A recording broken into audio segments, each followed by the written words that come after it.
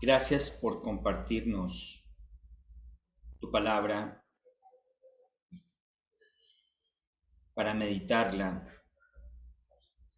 en todo tiempo. Todo tiempo son estos tiempos, Señor, también. Tiempos de una era digital, tiempos de las redes sociales. Esto demanda desafíos para ser iglesia en medio de la virtualidad, del internet, de la red.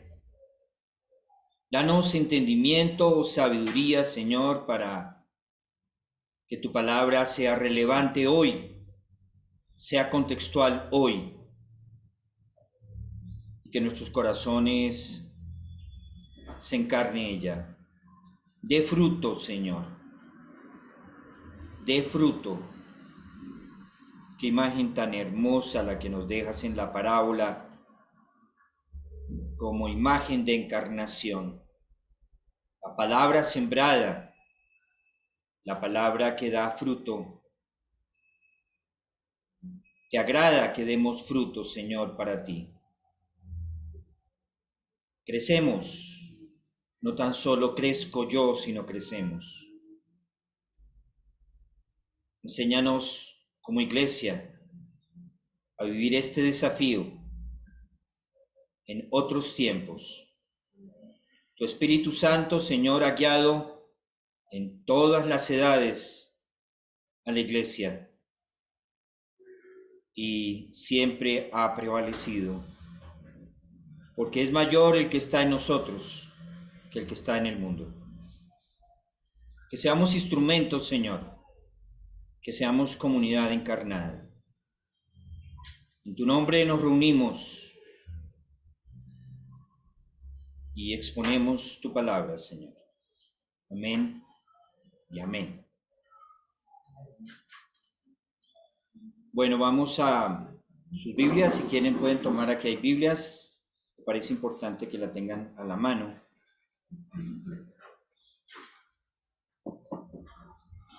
El tema que voy a compartir con ustedes en este mes, todo el mes de julio y de pronto parte de agosto, es este tema de la iglesia en la era digital. Esta es nuestra segunda reflexión y hoy quiero hablar de las redes sociales y el desafío de ser iglesia.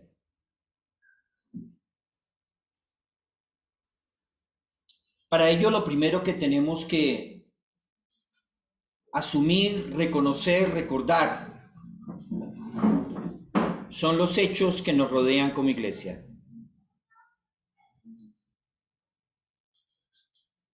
Y como iglesia siempre estaremos dispuestos al desarrollo.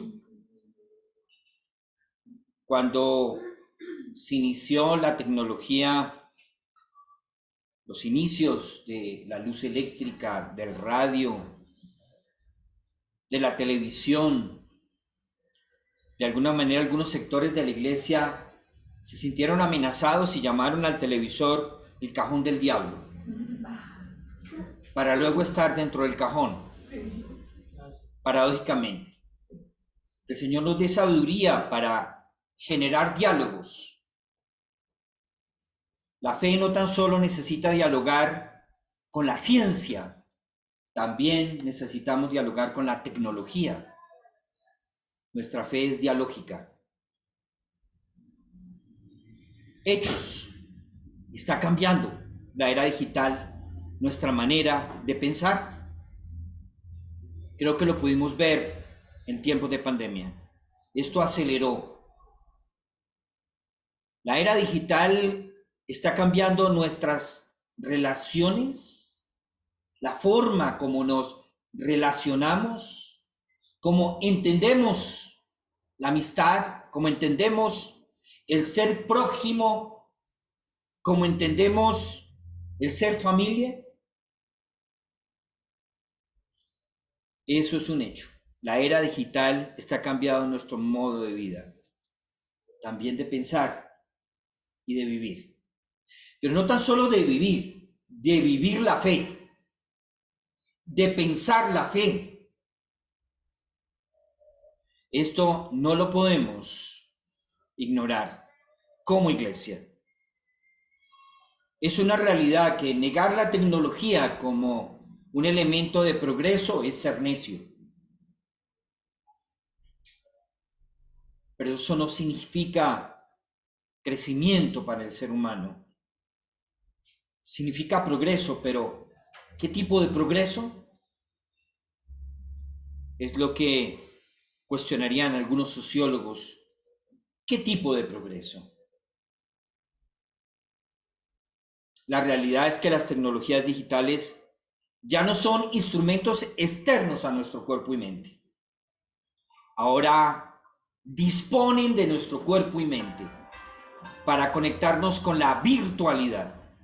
Ya no es el celular externo, ahora es la participación y la interacción de toda nuestra cognición, nuestra metacognición, nuestras percepciones en programas virtuales.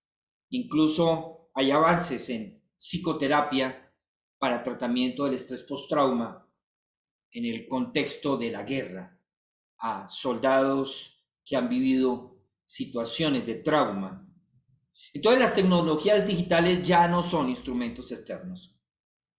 No es el computador solamente, no es la tabla solamente, no es el celular solamente, no. Creo que ahora hay una interacción mucho más profunda. Eso significa que el impacto va a ser mayor.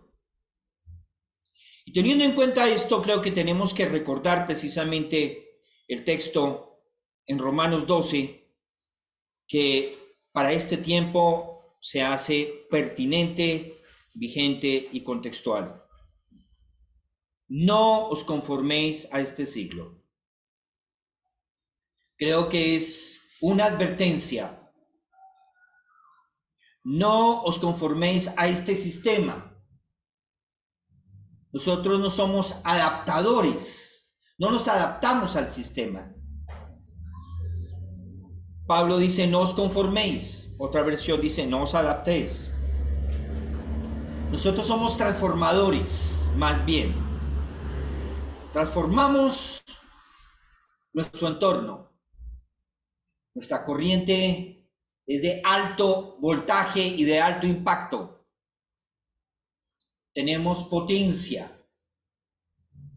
Entonces, es un llamado a no conformarnos, sea cual sea el sistema en el cual estemos, sino a transformarnos. Transformarnos. Noten lo que dice Romanos 12. Dice transformarnos, no tan solo transformar nuestro entorno. Primero nosotros nos transformamos, sino transformaos. La primera persona que Pablo invita a la transformación es aquel que es transformador. Si usted quiere ser transformador, tiene que ser primero transformado. Si usted busca ser un transformador sin ser transformado, posiblemente sus móviles, sus motivaciones no son las de transformar, sino de buscar reconocimiento propio. Somos instrumentos. El que se visibiliza en nosotros es Él. Entonces, hechos. Ese es un hecho. Consideraciones en este acercamiento a las redes sociales y el desafío de ser iglesia. Tenemos que tener algunas consideraciones y aclaraciones.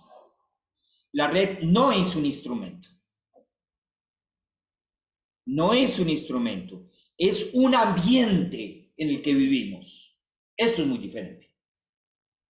Es un ambiente, forma parte de este sistema, forma parte de la cosmovisión de vida. Unos son nativos digitales, otros son inmigrantes digitales. Pero no es un instrumento, no es algo que usted usa únicamente. Es algo en el cual usted está, usted vive, usted se relaciona, usted se mueve. Es algo que lo integra, que lo rodea. ¿Quién apagó su celular en este mes? Una persona. Muy bien. ¿Con qué frecuencia apagamos el celular? ¿Con qué frecuencia apagamos las luces de nuestra habitación y con qué frecuencia apagamos el celular? Es algo que forma parte casi. Entonces, la red no es un instrumento, debemos de tener eso en cuenta.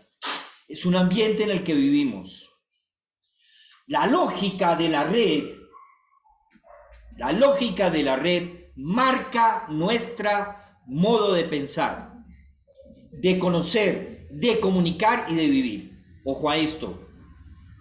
La red marca nuestro modo de pensar, de conocer, de comunicar y de vivir. ¿De qué forma la red ha marcado su estilo de vida? Sin que usted se diera cuenta.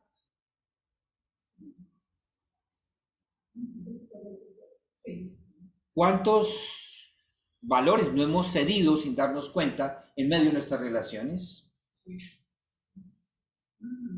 ¿Cuánta proximidad no hemos perdido entre nosotros mismos? 2 años después nos reunimos. Ni siquiera elegimos el no reunirnos. La necesidad de la comunicación era vital para nosotros y por eso escogimos las redes. Otra forma de comunicación, otra forma de conocer. En mi tiempo había una enciclopedia en mi casa que se llamaba Lo sé todo y el diccionario Larousse. Decía, papá, ¿qué es congruencia? Ve al diccionario. Papá, ¿quiénes son los turcos? Ve a la enciclopedia. Ahora es ve a Google. Sí. Mire cómo cambió. Uno dice googlear. Googlear, exactamente. Entonces, en la era digital surgen nuevos cuestionamientos y nuevos diálogos. Como surgen nuevos cuestionamientos y nuevos diálogos, la iglesia debe ser contextual a esos cuestionamientos y a esos diálogos. La iglesia también debe de moverse al ritmo de, sin perder identidad, sin dejar de ser iglesia. Ese es el gran desafío. Eso implica una identidad en Cristo. Solamente eso nos va a permitir andar como iglesia en medio de las redes. Eso es lo único que ha sostenido la iglesia en todos los tiempos y ha sobrevivido a todas las persecuciones.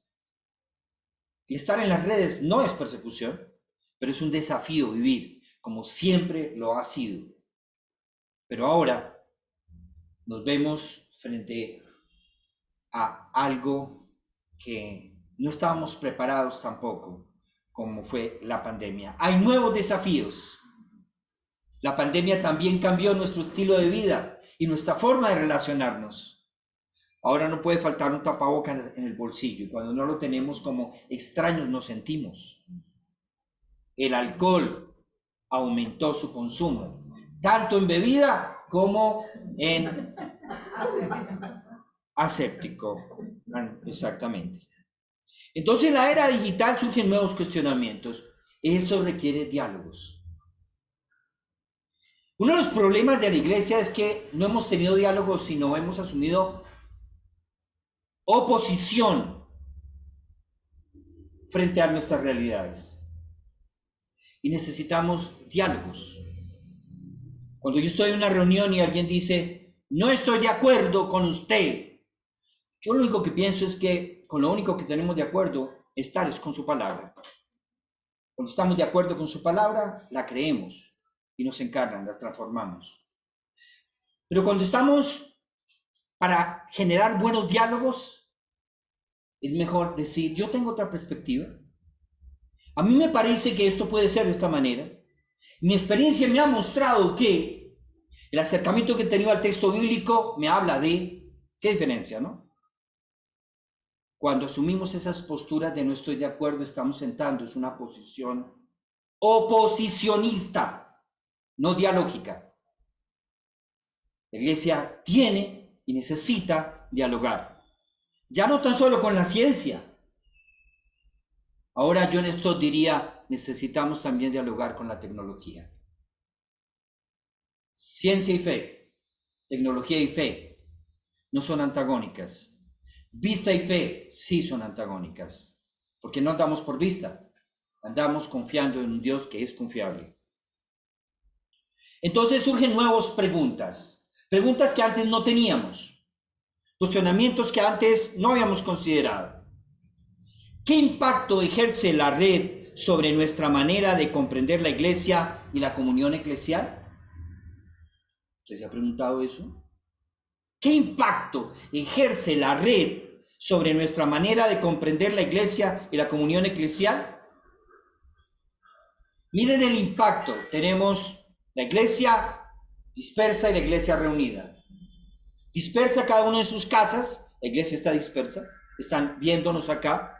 Hay 14 personas en este momento en la virtualidad y aquí más o menos unas 18. Entonces, miren el impacto que ejerce la red. Si no hubiera red, no podrían las personas que estuvieran en la virtualidad estar conectadas.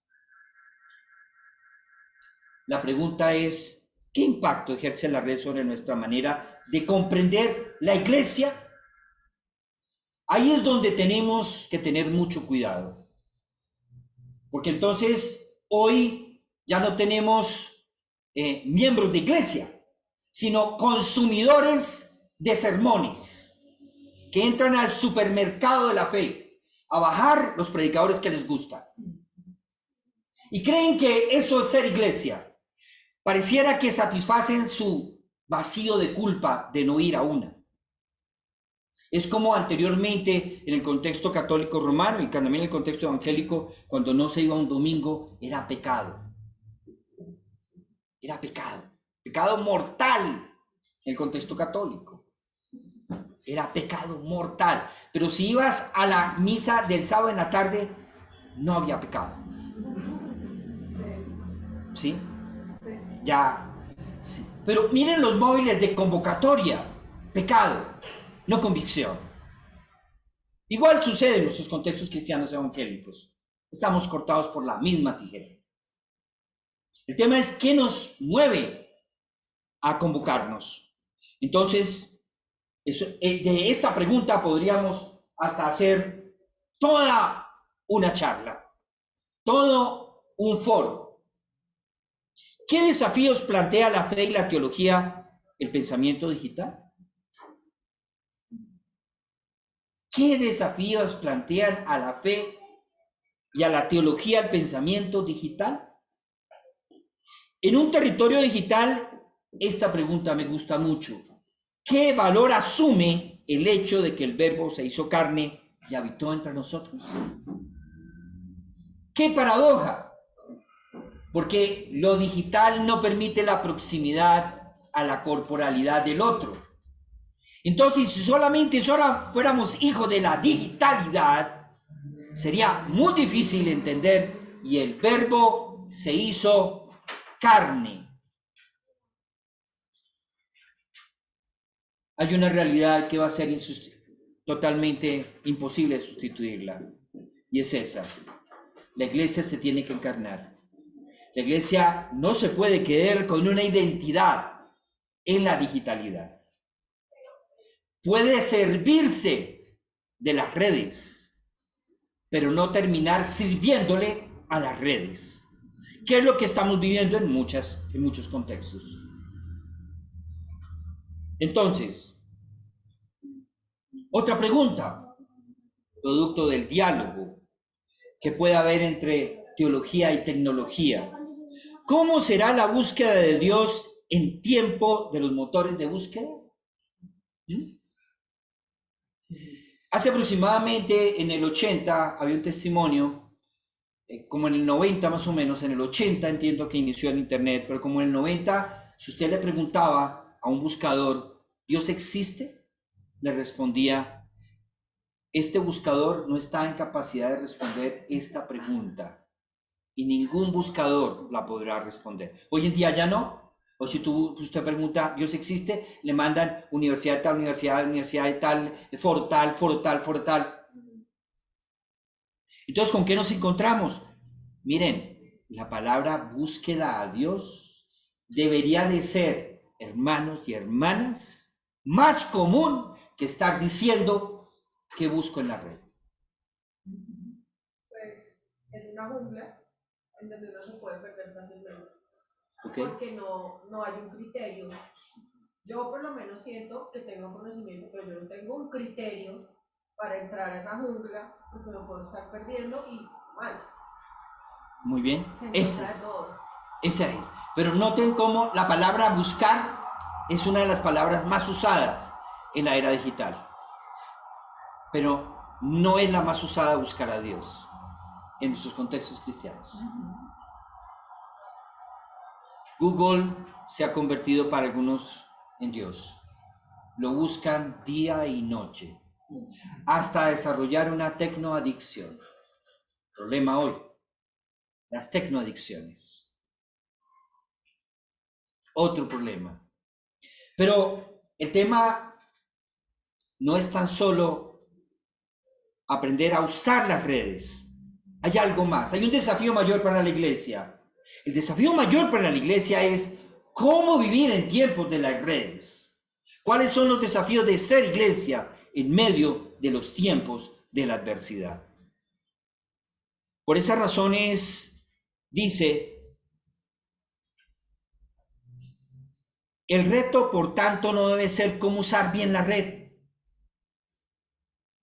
El tema no es enseñarles a nuestros hijos, y hablábamos el domingo pasado, a usar bien la red. En algunos casos ellos nos enseñan a nosotros. Pero lo que ellos no nos pueden enseñar a nosotros es cómo vivir con valores cristianos en tiempos de la red. El acercamiento a cualquier sistema de comunicación tiene códigos de ética. Cualquier sistema de comunicación. Desafortunadamente, esto no ha sido muy bien tratado, ni muy bien. No hay, una de las carencias que hoy en día tenemos es que no hay una jurisdicción.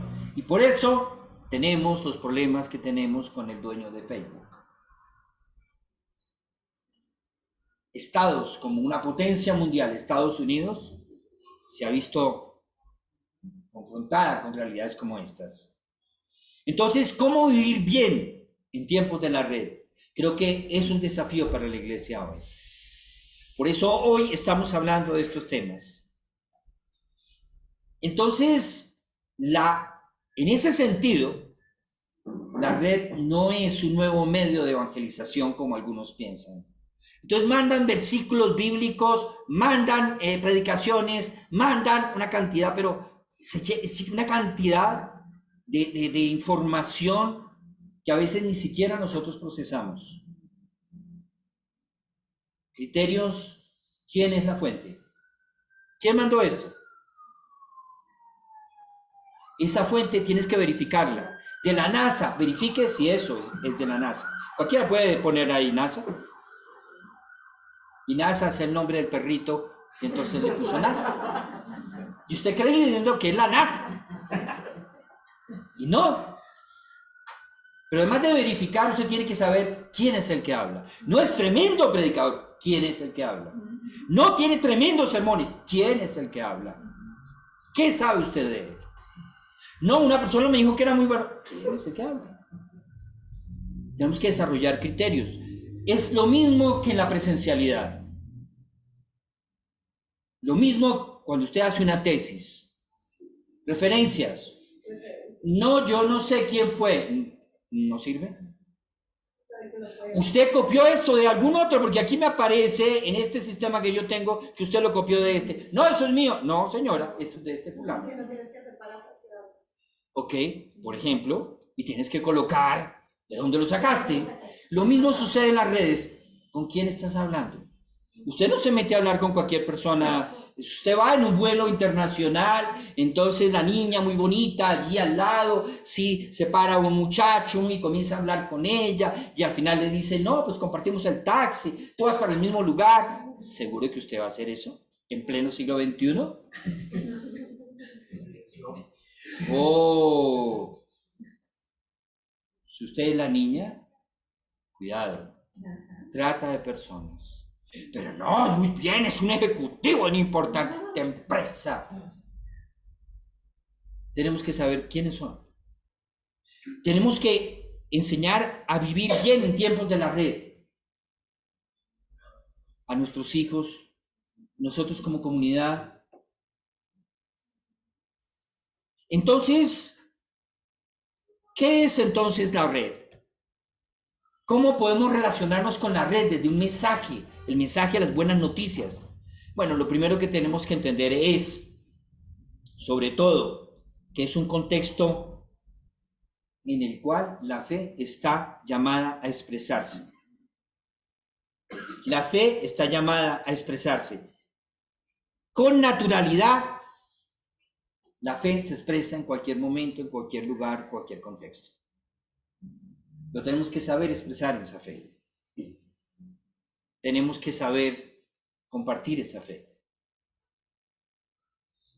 Estos son parte de los desafíos de ser iglesia. Creo que hoy, con esto que voy a desarrollar, es parte de la introducción hacia esta realidad del renuevo como iglesia frente a qué desafíos tiene en este momento. Tenemos desafíos como comunidad. La fundación es una expresión de la comunidad del renuevo. La fundación depende de las oraciones, depende de la provisión de la comunidad del renuevo. Esa es una realidad. Y si queremos, nosotros tenemos unos programas para ayudar a pastores de escasos recursos, los cuales no pueden acceder a nuestros programas y a los cuales le hemos facilitado y financiado. Y parte de los recursos que ustedes dan han ayudado a poder acceder a pastores de zonas por los cuales no hubiera llegado, gracias a las redes. Pero, ¿qué entendimos? Que las redes son un contexto a través del cual es un medio, no es un fin. Y queremos seguir haciendo eso, porque creo que es parte del llamado que Dios nos ha llamado. En estos días me decía un pastor, ustedes, hay dos cosas que hablan mucho, de la mujer y de los niños. ¿Por qué hablan tanto? ¿Ustedes son feministas? Así me preguntó. Yo le dije, no, es que yo aprendí que Jesús es amigo de los más vulnerables. Y los más vulnerables en este contexto de iglesia evangélica son las mujeres y los niños. Por eso somos y hablamos tanto de eso, pastor. Ese es el ejemplo que Jesús nos da. Por eso hablamos tanto de eso. Y le dije, y si feminista es estar de parte de Jesús y asumir las actitudes que él asumió, entonces somos feministas, pastor. Somos feministas entonces. Como iglesia,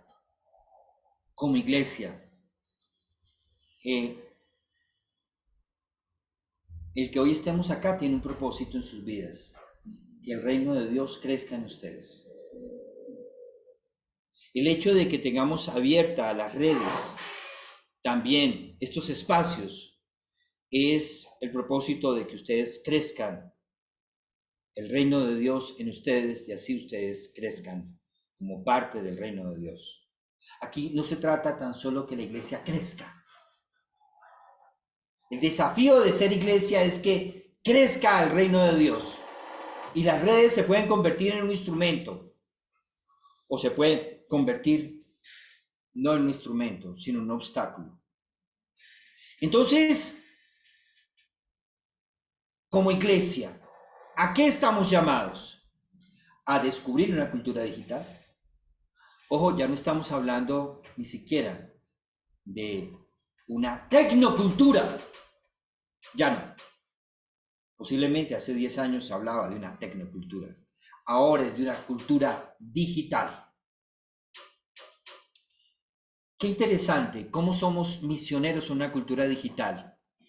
Entrando a la cultura, inculturizándonos. ¿Cómo papá entiende que su hijo está en Facebook? Abriendo su Facebook. Sí, no hay otra. ¿Usted quiere saber los riesgos de Facebook? Tiene que abrir su Facebook. Es que los niños vieron en el colegio la película de Bob Lightyear. Y mi hijo tiene 12 años y le gusta mucho Bob Lightyear. Y hablan de Bob Lightyear. Papá, ¿no me llevas a Bob Lightyear? Pues no, hijo, porque es que ahí hay dos viejas lesbianas y se están besando. Entonces, los niños no pueden ver esas cosas. ¿Por qué más bien no le enseño a mi hijo a tener criterios? Porque va a haber un día en que él no va a estar viendo con usted. Y hay películas que no avisan lo que está pasando. Un canal de televisión. El sol no se puede tapar con un dedo. Okay. Y ahorita al final vamos a Es que yo tengo un hijo de tener 9 años, que precisamente con lo que tú estás diciendo, yo le dije a él que eso no era un contenido para niños. Y ya tengo fama de ser homofóbico en mi colegio, porque yo no estoy de acuerdo con esa cuestión. ¿Cómo hago yo para explicarle? No, es que existen las lesbianas y los homosexuales y de ahí para allá no me acuerdo qué otras cosas hacen. ¿Cómo hago yo para explicarle? Bueno, ahorita al final vamos a contestar, ¿sí? ¿Cómo hacemos para explicarle a un niño? Sí, pero no es tan solo es eso, sino es explicarle al niño que hay una cosmovisión diferente a los valores cristianos. Porque el tema no es desarrollar un evento específico con los homosexuales, porque hay muchos otros riesgos también. No tan solo la homosexualidad, hay muchos otros riesgos. La mentira es otro riesgo. Un niño que dice muchas mentiras, allí detrás de todo eso hay un problema en el niño. Miedos. La pornografía, por ejemplo. Entonces, esas son cosas que marcan la vida de un niño. Entonces, como iglesia, aquellos que, por ejemplo, se han podido capacitar y formar en esto, ahí hay un desafío que les queda a Cris, a David, a Camilo, que de alguna manera están en este contexto, y es descubrir en esa cultura digital símbolos y metáforas significativas para poder comunicar el Evangelio. ¿Qué fue lo que hizo Jesús con las parábolas? Hizo eso con las parábolas.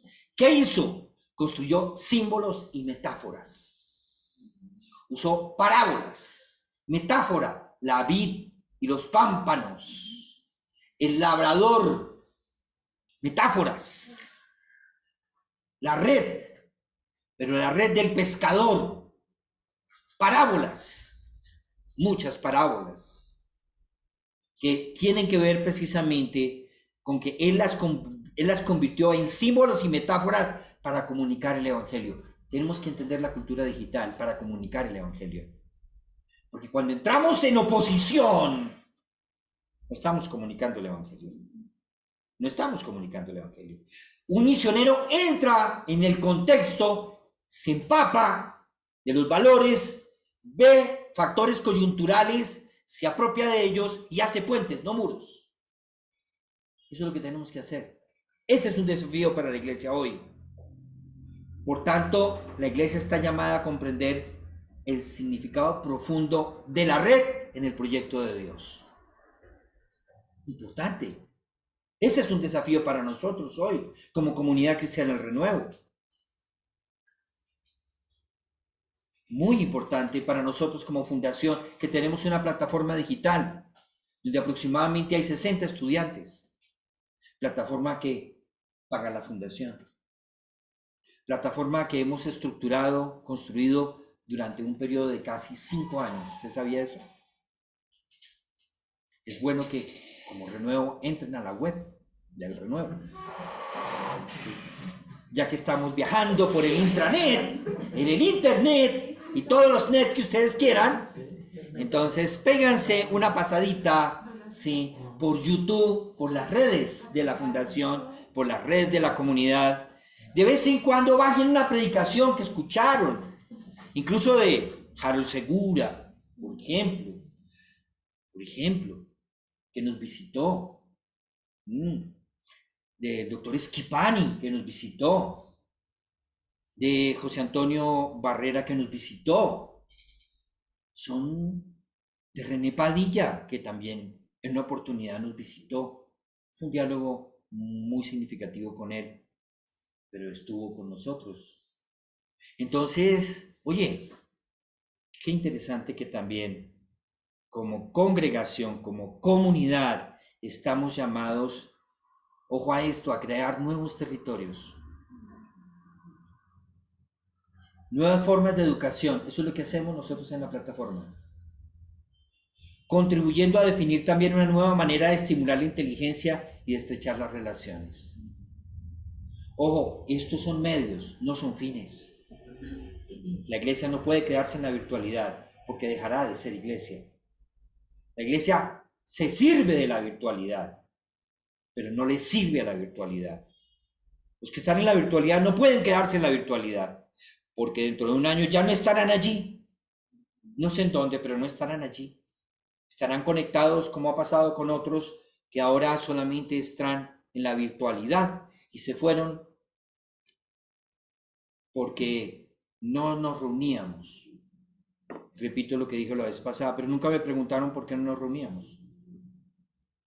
Porque parte de los fondos que recibíamos era para ayudar a algunas personas en el Renuevo que estaban en una condición de necesidad.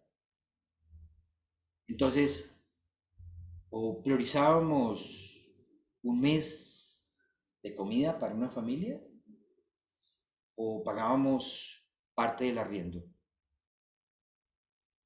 No preguntaron nunca. Y se fueron porque estaban molestos, porque no estaban satisfechos, porque no nos reuníamos. Como comunidad necesitamos generar un ambiente integrado. Esto que estamos haciendo acá, estamos tratando de integrar la virtualidad y la presencialidad. Este es un tema de ser iglesia. Este hasta ahorita es un diálogo precisamente entre tecnología y fe. Pero no vamos a poder desarrollar esta segunda parte, pero hasta ahora solamente hemos dialogado de nuestro contexto, nuestra cosmovisión y nuestros valores. Reflexión desde nuestra fe y la palabra. Pero, ¿cómo nos conecta esto con la palabra? Un principio fundamental. El cristianismo es fundamentalmente un evento comunicativo. El cristianismo es fundamentalmente un evento comunicativo. El Verbo se hizo carne y habitó entre nosotros. Y vimos su gloria, gloria como el unigénito del Padre. Hebreos, capítulo 1. El cristianismo es fundamentalmente un evento comunicativo. Dios, habiendo hablado muchas veces y de muchas maneras, miren, muchas veces, muchas maneras, en otro tiempo, a los padres, a los profetas, en estos postreros días nos ha hablado por el Hijo. El cristianismo es fundamentalmente un evento comunicativo, a quien constituyó heredero de todo y por quien asimismo hizo el universo. El cristianismo es un evento comunicativo. Génesis capítulo 1. Entonces dijo Dios, hagamos al hombre a nuestra imagen y semejanza, varón y hembra los creó Dios. Y dijo Dios, si usted va a Génesis 1 va a encontrar más de 7 veces, y dijo Dios. El cristianismo es fundamentalmente un evento comunicativo. Todo en la revelación cristiana y en las páginas bíblicas transpira comunicación. Todo transpira comunicación. El diálogo es una de las expresiones de la buena comunicación, porque siempre comunicamos, principio de la comunicación. Siempre estamos comunicando, pero no siempre estamos dialogando. Entonces, cita textual. Libro, Ciberteología. Vaya pues. Ciberteología. Los cielos narran la gloria de Dios. Los ángeles, ojo, son sus mensajeros. Comunicación. Los cielos narran la gloria de Dios. Narran la gloria de Dios. Eso lo dice un salmo. Eso lo dice Romanos 1. Narran la gloria de Dios. La creación habla de sus obras. Nos muestra su carácter, su eterno poder y deidad. Han sido claramente visibles. La creación habla. Los cielos narran su gloria. Los ángeles son sus mensajeros. El ángel Gabriel comunicó a María la encarnación, a Zacarías el nacimiento, la concepción de Juan el Bautista. Mensajeros, y los profetas hablan en su nombre. El ministerio de Jeremías era ese, hablar en su nombre. No hubo ningún resultado. Ese no era el ministerio de Jeremías. El ministerio de Jeremías era que hablara en nombre de Dios. Ese era el ministerio de Jeremías. Algunos esperan que el ministerio es que tengan mucha gente en sus congregaciones. Mucho. Bueno, a mí Dios no me llamaba a hacer eso. Me ha llamado a lo que estoy haciendo. Entonces, los profetas hablan en su nombre. Todo a su manera. Ángeles, zarza ardiente, tablas de piedras, sueños, asnos, truenos, susurros, soplos de viento ligero. Todo a su manera puede convertirse en uno de los medios, Hay muchos medios. La zarza, una burra. Algunos pastores nos sentiríamos humillados si Dios nos hablara por una burra. Pero Dios habla como Él quiere. Aún de las piedras puede levantar hijos de Abraham. Las piedras hablarán. Los niños.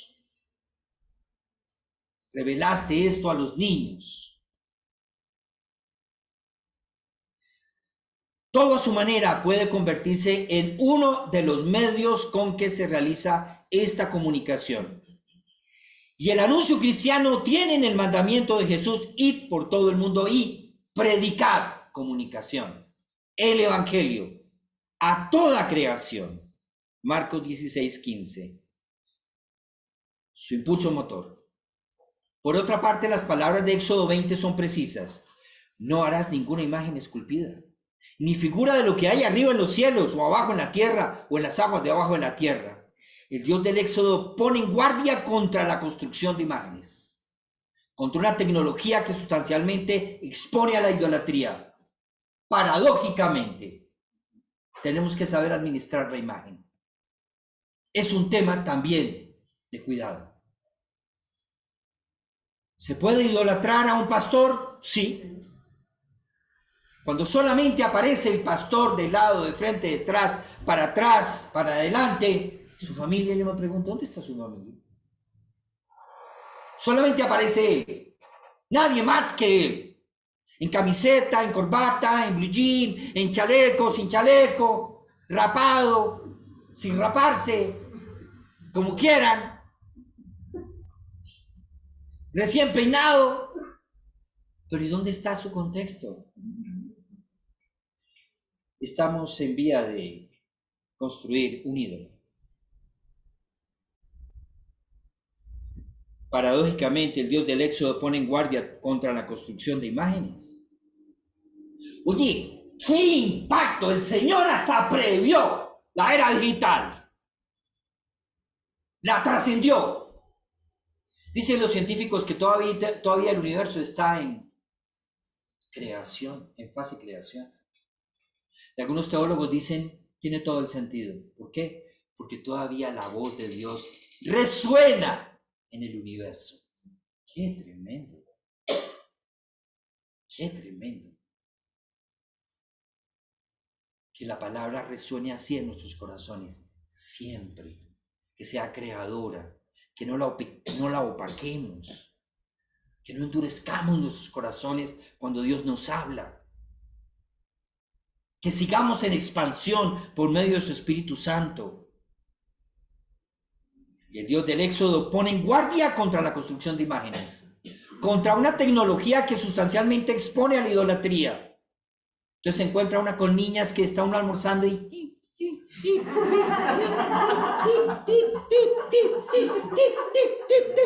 ya terminamos de almorzar y ya terminaron. Entonces saca y saca todos. Y no almorzó. ¿Y qué pasó con tu almuerzo? No, yo lo dejo así para mostrarlo a mis fans. Imágenes. Imágenes. Ahora, ¿qué de eso es real? Entonces, vamos cerrando. Reduce al otro a una cosa entre tantas. Eso es idolatría. Ahora bien, ¿cuáles son los riesgos? La iglesia tiene desafíos, pero ¿qué riesgos? ¿Qué riesgos? Los supermercados de la fe son riesgos. Entonces, usted por lo menos tenga un criterio. Bueno, ¿a quién? Por lo menos le sugiero. Hay un muy buen libro. Lo tengo hace muchos años. Hace como 15 años lo tengo, pero estaba en promoción en Apple Books. Lo compré en $5. El libro a mí me costó en ese entonces como $40, 40,000 pesos. Ya hace 15 años. Cristianismo en crisis. Es un muy buen libro. ¿Y qué te habla? De los supermercados de la fe. Así de sencillo. Cristianismo en crisis, siglo XXI. Escribió un libro en el siglo XX, fue bestseller realmente. Nos habla de qué pasa con la fe. Convirtiendo la verdad en mitología. Fe en la fe. Añadir dioses lejos de la expiación. Lujos y escaseces. Aflicciones y enfermedad. Regreso a lo básico. Entonces usted aquí encuentra, ¿sí? Entonces va a encontrar algunos personajes que están aquí. Bueno, tenga criterio, léalo, examínelo, escudriñelo, cuestiónalo. Pero entonces usted llega y entonces se encuentra, aquí comienzan algunos de los personajes que circulan como aquellos que mercadean la fe. Entonces, ¿quiénes mercadean la fe? Kenyon. E.W. Kenyon, Kenneth Hagin, mercaderes de la fe, de las falsas teologías de la prosperidad. Kenneth Copeland, Benny Hinn, Joel Osteen. Sí, lo llaman ahora pastor, sino motivador. Miércoles, temas. Joyce Meyer. Ajá. Ay, a algunos se les cayó el idolito. ¡Ay! ¡Ay! ¿Qué pasó con Joyce Meyer? ¡Es tremendo testimonio! ¿Ok? Bueno, ¿qué enseña Joyce Meyer? Ese es el devocional de Cristo de los días. ¿Qué enseña Joyce Meyer? ¿Ok? Bueno, ahorita no vamos a hablar de Joyce Meyer. ¿Ok? No vamos a hablar de Joyce Meyer, pero yo los invito, no sigo porque no tengo ya más tiempos, pero los invito a que se compren ese librito. Vale 5 o 4 dólares, son 5, 20,000 pesos, una buena inversión, ¿sí? Entonces, riesgos, los supermercados de la fe. Oye, yo pregunto, ¿cuántos de ustedes no se pierden una de nuestras predicaciones? Y siempre están, a pesar de que no vienen, la conectan. Qué bueno, eso es lo que debemos hacer, ¿sí? Listo, no puedo venir, pero ¿Por qué? Porque nuestra reunión no es solamente una actividad, forma parte de un proceso de ser iglesia. Forma parte del proceso de ser iglesia. La iglesia crece cuando comunica, enseña la palabra y la hace contextual y la encarnamos. Desarrollamos una visión de reino, no solamente de iglesia. La iglesia no puede tener una visión sin tener una visión de reino. Primero la visión del reino de Dios y su justicia. Ahí está dentro la iglesia. Pero la iglesia no es la que determina la visión. Es el reino de Dios. ¿Cómo tú haces parte de esa misión de Dios, que es el reino de Dios y su justicia? Entonces, riesgos. Cada cual puede tomar de la red no lo que esté de acuerdo con sus necesidades espirituales reales. Ojo, iglesia. Toma de la red no lo que esté de acuerdo con sus necesidades espirituales reales, sino según necesidades insatisfechas. Muy diferente. Esto es cuando usted adquiere algo que no necesita, pero lo desea. Ni siquiera es una necesidad, es una necedad. Igual pasa con las redes. Igual. Nos hacemos ilusión de que lo sagrado está a disposición de un consumidor en el momento en que siente su necesidad. Entonces, voy a buscar a ver qué dicen del temor. Voy a buscar a ver qué dicen de la fe. Voy a buscar oye, por algo también existe y diferencia a los buscadores. ¿Usted quiere buenas referencias? Oye, busque Google Academics, por ejemplo, si quiere. O busque otros buscadores también. No tan solo Google, hay otros también. Hay universidades también. Si quieres, abramos la puerta. Ábrame todo para que entre aire también. Perfecto. Ok. Entonces, ojo con esto de los supermercados de la fe. Supermercados de la fe. Entonces, y con esto termino, hay otros más, pero los vamos a desarrollar más adelante. Ojo, vivimos bombardeados de mensajes, sufrimos de sobreabundancia de información, la llamada información overload. El problema hoy no es hallar el mensaje significativo, sino decodificarlo. Reconocerlo partiendo de las múltiples respuestas que se reciben. El testimonio digital se va convirtiendo cada vez más en un dar razón de la esperanza. ¿Realmente lo que recibimos da razón a nuestra esperanza? Ese sería un buen criterio. Lo que recibimos a veces tiene camuflaje de sermón bíblico, pero está fuera del contexto. A veces pareciera que lo que nos están compartiendo lo han visto 1 millón de personas y por eso parece que es bueno, pero no necesariamente. Igual que lo legal no necesariamente es justo.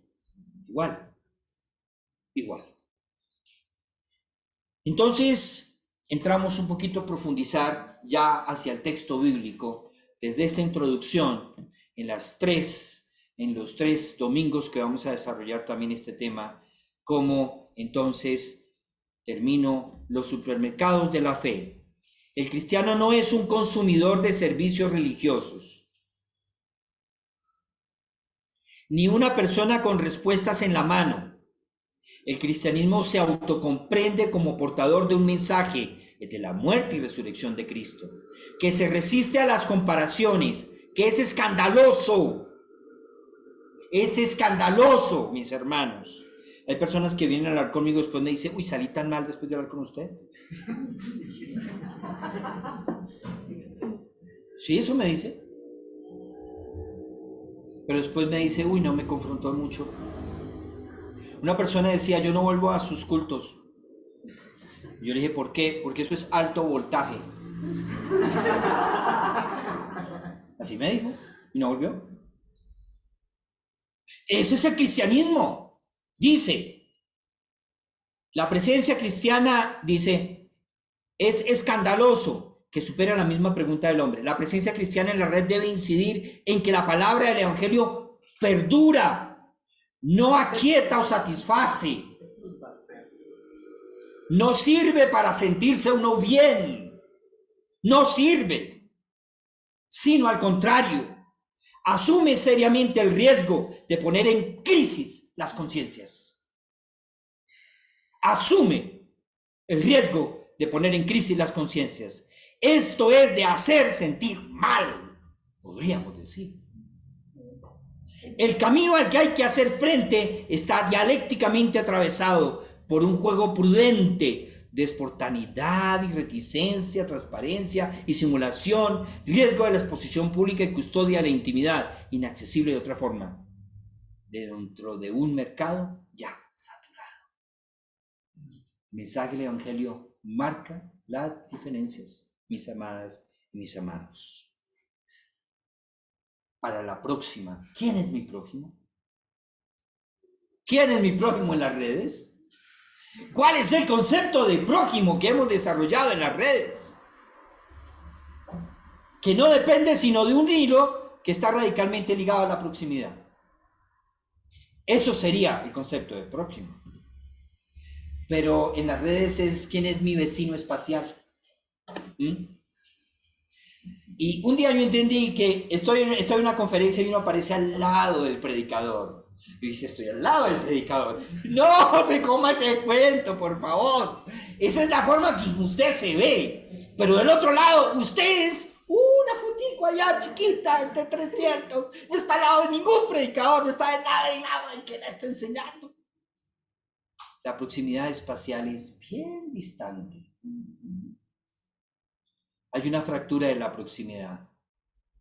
Hay una fractura que se ha mediado por la tecnología. ¿Cómo vamos a resignificar ese concepto de quién es mi prójimo? Los dejo en la expectativa para la próxima vez, por el mismo canal Renuevo Channel. Vamos a darle gracias al Señor. Virtualidad también, vamos a darle gracias al Señor. La iglesia que está en la virtualidad. Señor, gracias porque nos confrontas. Tu mensaje no es para sentirnos bien. Es para saber que somos salvos, somos sanos. Tu mensaje no es para conformarnos a un sistema, sino para transformar y poder ser transformadores. Gracias, Señor, por los desafíos como iglesia Renuevo que tenemos hoy. Gracias, Señor, por los desafíos de la era digital, a seguir compartiendo y predicando un evangelio del reino, no un evangelio acomodado a una cultura, un evangelio inspirado en el Verbo hecho carne.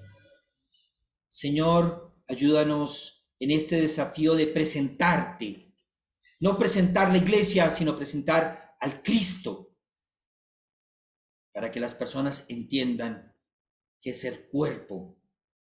No podemos entender qué es el cuerpo de Cristo sin entender quién es Cristo. Gracias porque somos un pequeño órgano de tu gran cuerpo. Somos una iglesia local, en esa iglesia universal de todos los que están en Cristo. Gracias, Señor, porque miraste a los más vulnerables y nos hiciste, Señor, una organización que quiere atenderlos también. Que podamos ser siervos. Guárdanos de las jactancias, de las autosuficiencias. Gracias, Señor, por tu presencia. Es lo que hace diferente y real hoy esta reunión. Gracias, Señor, por ese ser renuevo. Llevamos tu nombre y proclamamos tu nombre, Señor. Amén y amén.